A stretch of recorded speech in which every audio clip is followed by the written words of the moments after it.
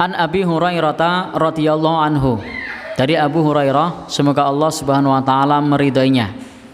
Ani Nabi sallallahu alaihi wasallam qol, dari Nabi sallallahu alaihi wasallam beliau bersabda. Hadis ini populer, hadis ini terkenal.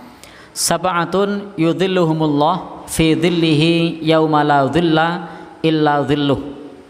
Ada 7 golongan yang Allah Subhanahu wa taala naungi mereka pada hari tiada naungan kecuali naungannya. Jadi ada 7 golongan, yang 7 golongan ini dilindungi, dinaungi oleh Allah pada hari tidak ada naungan kecuali naungan Allah Subhanahu wa ta'ala. Dan ketujuh-tujuhnya bukan merupakan perkara yang ringan.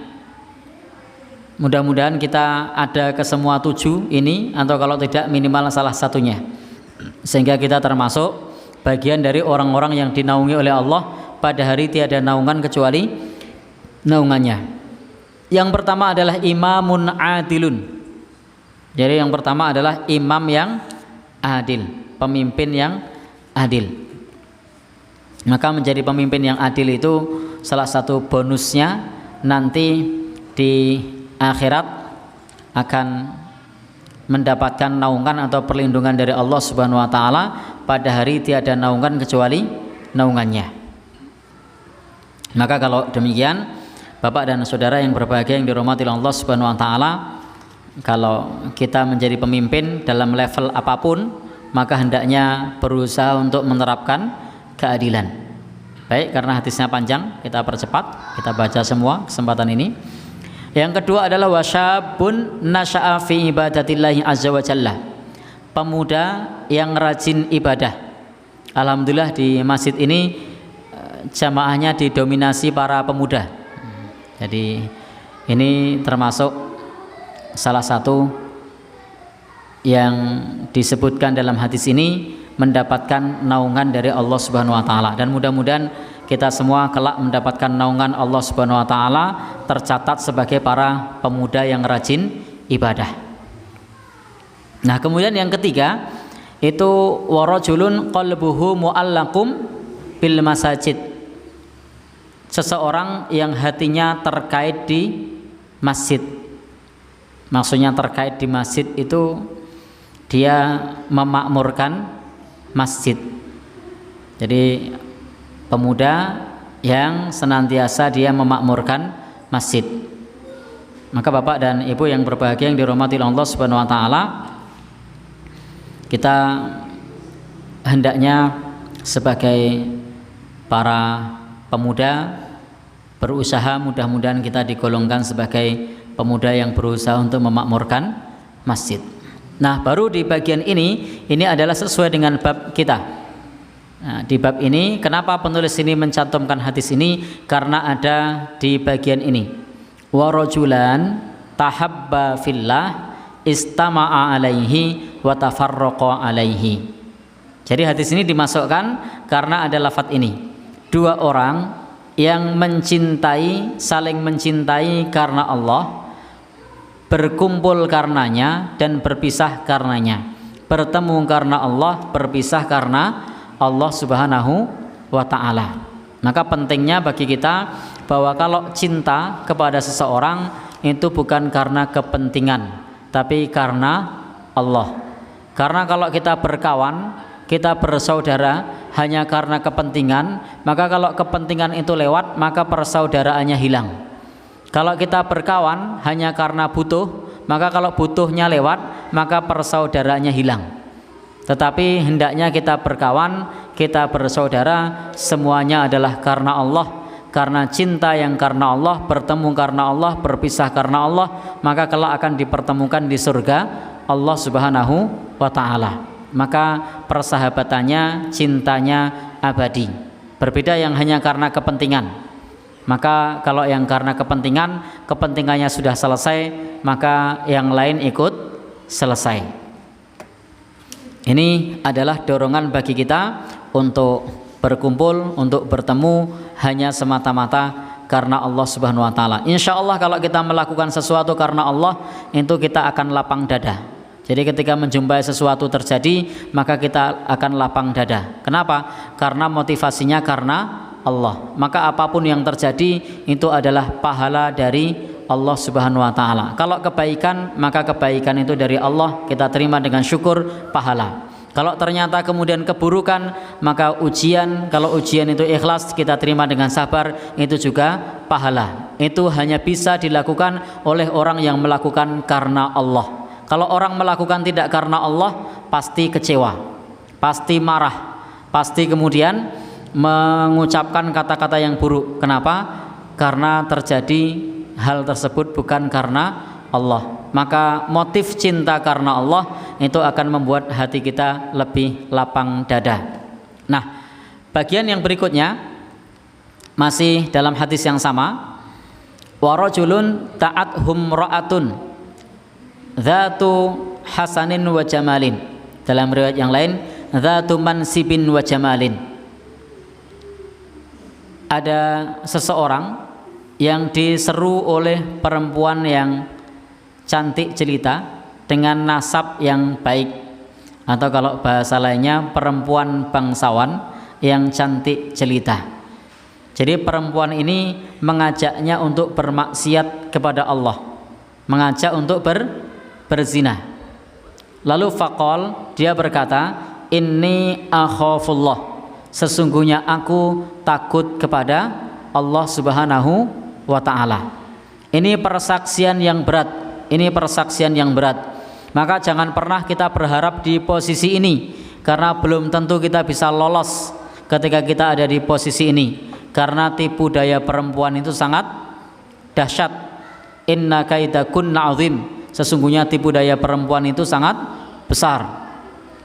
Sehingga Nabi Yusuf pada saat itu bisa selamat. Kenapa? Karena laula ar-ra'a burhana rabbih. Jika ia tidak melihat burhan dari Allah, maka seorang Nabi Yusuf pun hampir-hampir tergelincir.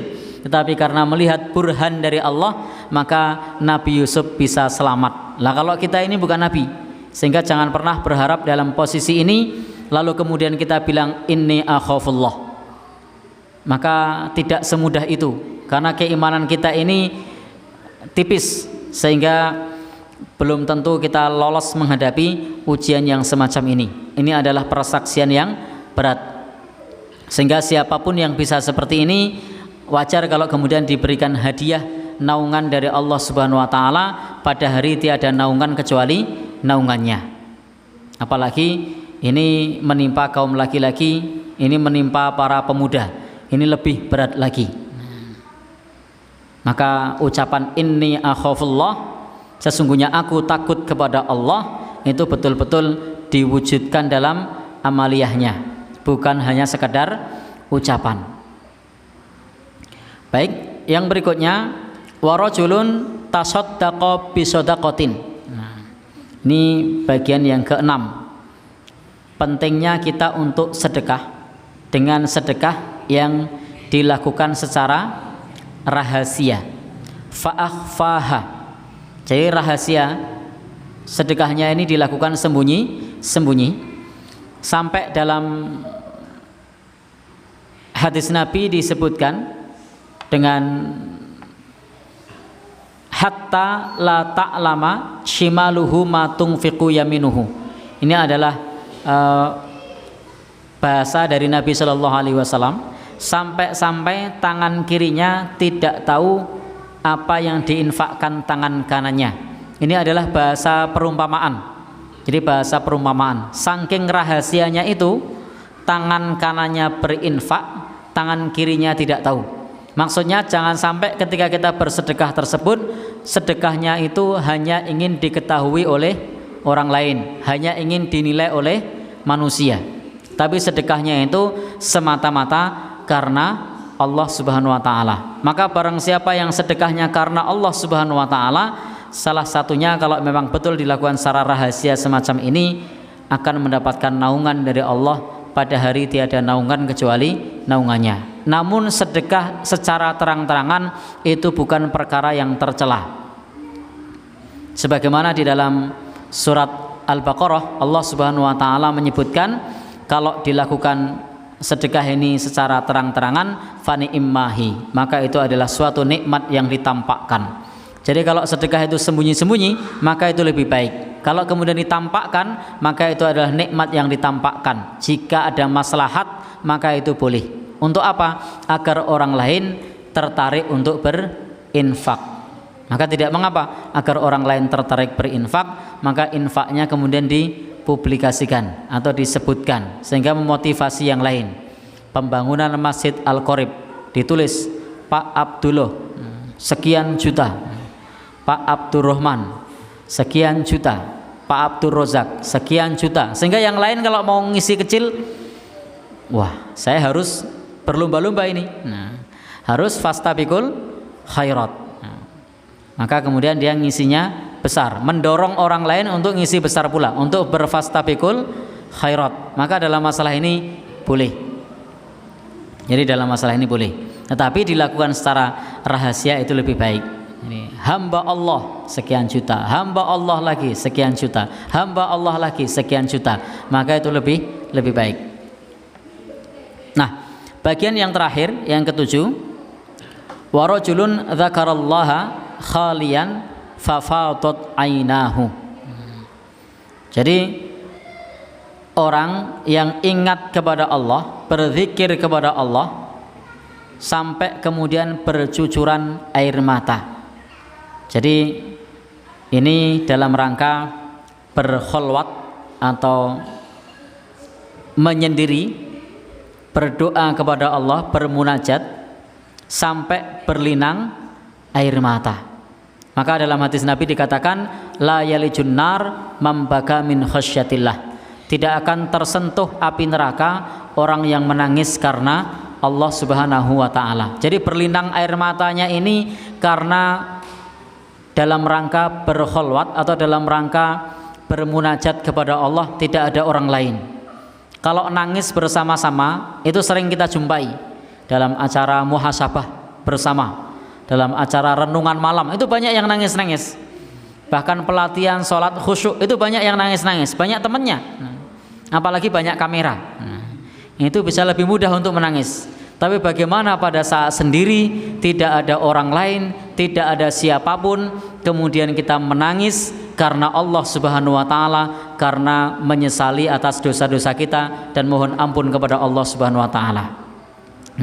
Maka Nabi SAW mengatakan la yalijun nar mambaka min khasyatillah. Tidak akan tersentuh api neraka orang yang menangis karena Allah Subhanahu wa ta'ala.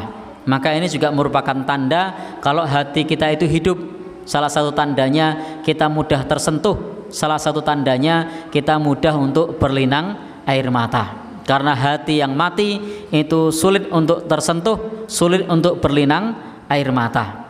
Dan yang terjadi adalah susah pula untuk bangun malam. Maka Imam Hasan Al-Basri mengatakan kalau kita sulit bangun malam, maka ketahuilah itu karena dosa-dosa kita.